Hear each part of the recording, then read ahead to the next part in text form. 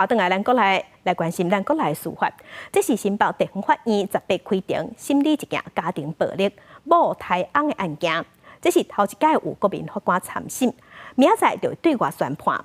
也毋过实际上，民众对国民法官参与的意愿看起来是普普啊。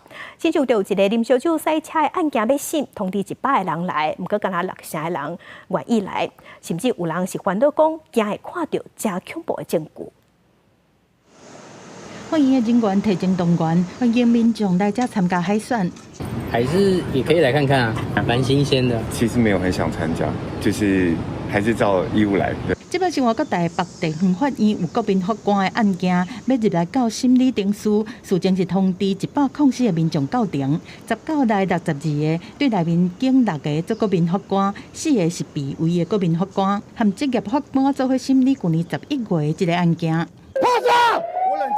被告李家修无驾照，佮啉酒赛车，伫行政院头前的地下道超速撞车，造成头前车的驾驶死亡。事后佮申请拒绝国民法官的参审，互驳回。稍后来要开庭，国民法官看到这么粗残，佮遮侪回证据，心理上的压力敢会堪力？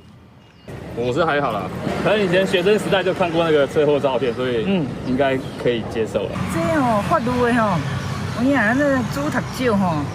无法度啦，干调的时阵，迄个云幕出来，莫遐认真看咯。到场的民众入场拢无啥共，对新北地方法院第一摆运作的国民法官来看，这礼拜小连续2天拢审理一件太翁的案件。有人伫法庭问问题，但是毋是正讲的法官，有人因为表达无啥清楚，被告和证人无法度理解问题，有人毋敢看太人的相片，差一点目睭拢起来。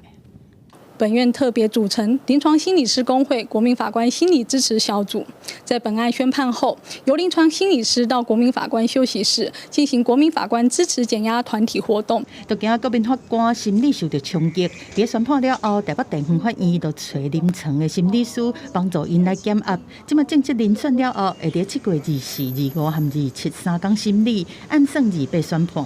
事界新制度上路，国民法官每一个行动拢正受到外界关注。记者综合报道。